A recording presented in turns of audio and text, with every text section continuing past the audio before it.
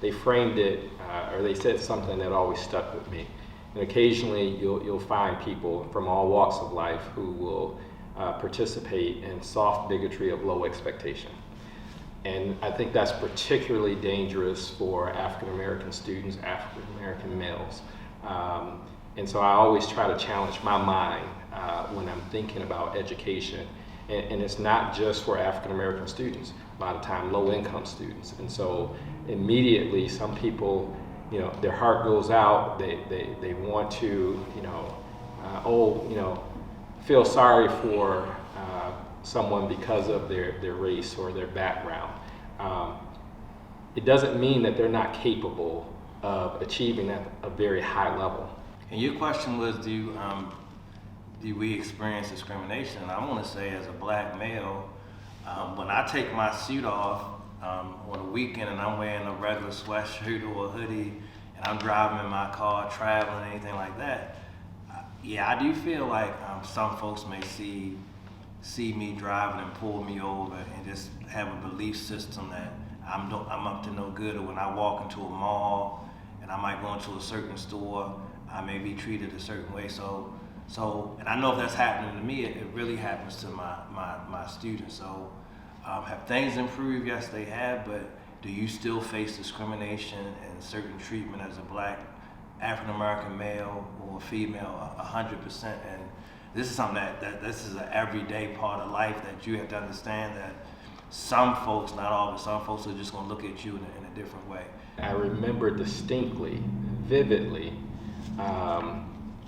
being in classes and doing okay coming out of high school, but not as good as some of my friends. And so as we're all thinking about we're going to college and what we're going to do, a couple of my colleagues, it was like, the counselor is saying I should apply for this university or that university. When I talked to my counselor, and I had like a 3.3 GPA, and he was telling me I probably need to think about trade school. And I couldn't express how angry I was inside, because I thought, well, I might not be a 4.0 student, but I have a different view of my future. And so when I got my bachelor's degree, I went to look for that counselor just to, let him know that you were part of my motivation, because I can't let you set a ceiling on what I can achieve. And I wanted to just prove a point. We may have had the same guidance counselor. In ninth grade, they took an aptitude test and said, well, probably truck driver might be what your future is. And absolutely nothing wrong with being a truck driver, but that was I think I was in a school with very few African Americans in it, and the expectation was maybe this kid's not college material, and so what else can we steer them to?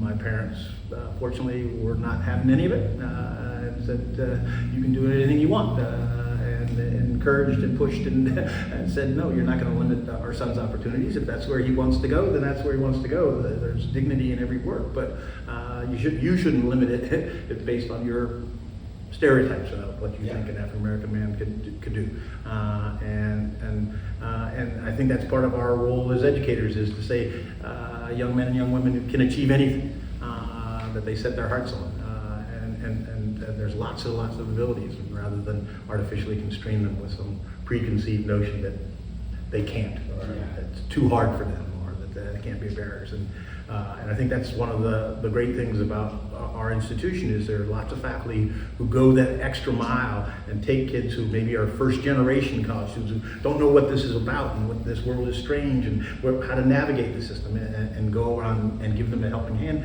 And lo and behold, when you give them a chance, they achieve. There was a rating of colleges, the top 100 colleges in terms of producing future leaders, and Western was on that list. That's 3,000 universities in the country. Well, that's because we give people who others may write off a chance and support them, and guess what? They do great things, and that's something we should be enormously proud of as an institution, and as Kalamazoo, because it's one of the few towns that has a promise, because they believe so much in the potential of our youth. Thank you all for your vulnerability and your transparency. I'm sure that a lot of people will benefit from hearing that. Are you all fearful of any, future attacks on your own positions or qualifications at all? Yeah, I think it's a hard time to be a leader in the public sphere.